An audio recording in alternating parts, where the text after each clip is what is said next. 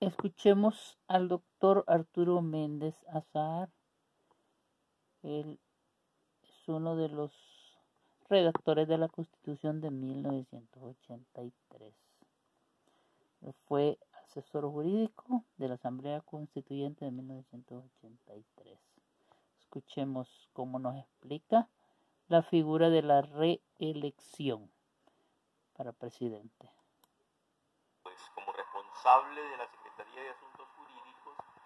pues prácticamente el tema de la redacción de la Constitución de 1983, no solo conceptualmente, sino que también literalmente cada uno de sus artículos, especialmente en las áreas que me correspondió, como son las de derechos humanos, como es la parte del gobierno de la República, como es la parte de la Corte Suprema de Justicia, y especialmente el Tribunal Supremo Electoral como el garante, antes Consejo Central de Elecciones, como el garante de la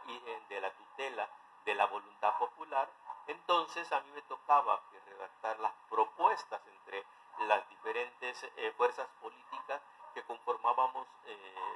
un ente de hecho que llamamos interpartidaria, y que ahí discutíamos y nos pusimos de acuerdo sobre lo que íbamos a proponer a través de la Asamblea Constituyente para que fuera aprobada la nueva Constitución. Circunstancialmente, a mi cargo político, secretario de Asuntos Jurídicos, resulta de que fuimos nombrados en el gobierno de unidad nacional por el presidente Álvaro Magaña como el ministro de Justicia,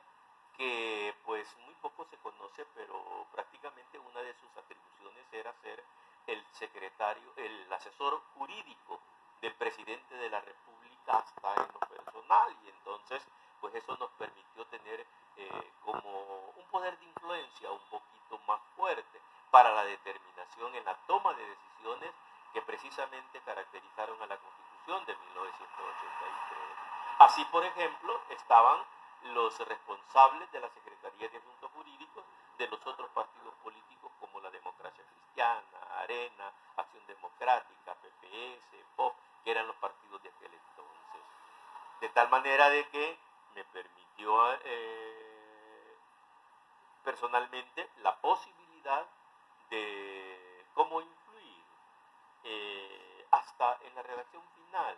de los artículos que quedaron aprobados precisamente en la Constitución en las áreas que ya he relacionado.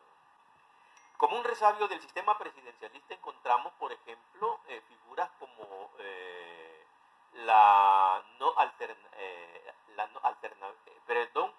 alternabilidad en la presidencia de la República, que es el origen precisamente garantizado por la no reelección. Así era en 1950, se mantuvo con un régimen semirrígido en 1962, pero a partir de 1983 resulta de que nosotros previmos la posibilidad de que el presidente en funciones, en respeto a sus derechos de ciudadano, pudiese optar, si él así lo consideraba conveniente, optar por la posibilidad de un segundo mandato. Esto lo entendimos como una excepción al sistema de no reelección que caracteriza de manera general en cerca de 8 o 10 artículos de la Constitución. En el sentido de que cuando en la Constitución de 1950 y 1962 vemos el artículo, creo que es el 65, que habla de las posibilidades de ser presidente de la República. Nosotros en 1983 decidimos cambiarlo en el artículo 152 a las posibilidades de ser candidato precisamente al cargo de la presidencia de la República. Y lo desarrollamos en función de dos principios también constitucionales. Posibilidades de ser el ciudadano candidato también es un ciudadano que tiene derechos y obligaciones previstas en el artículo 72, 73 de la Constitución, y entonces encontramos de que perfectamente puede pretender ejercer su derecho de ser candidato para un segundo periodo, y así lo determinamos en el artículo 152, numeral 1, que si esa persona decide que se le respete el derecho a ser candidato de la República, recordemos de que habíamos dicho antes de que la persona humana es el origen y fin del Estado, entonces comprendimos de que había una posibilidad de que si reunía las condiciones necesarias para pretenderse en candidato, entonces debería respetarse esa decisión a nivel eminentemente personal. Pero entonces nos encontramos con la disyuntiva de que, bueno, pero entonces caemos en la violación a la alternabilidad y a la no reelección, en el sentido de que pues esta persona va a tener una ventaja sobre el resto de candidatos. Entonces le impusimos la obligación de que se separara 6 meses antes del ejercicio de la presidencia, y considerando de que si 4 meses son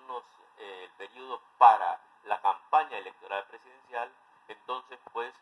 obligábamos a ese futuro candidato a ya no presentarse como presidente de la República, sino que como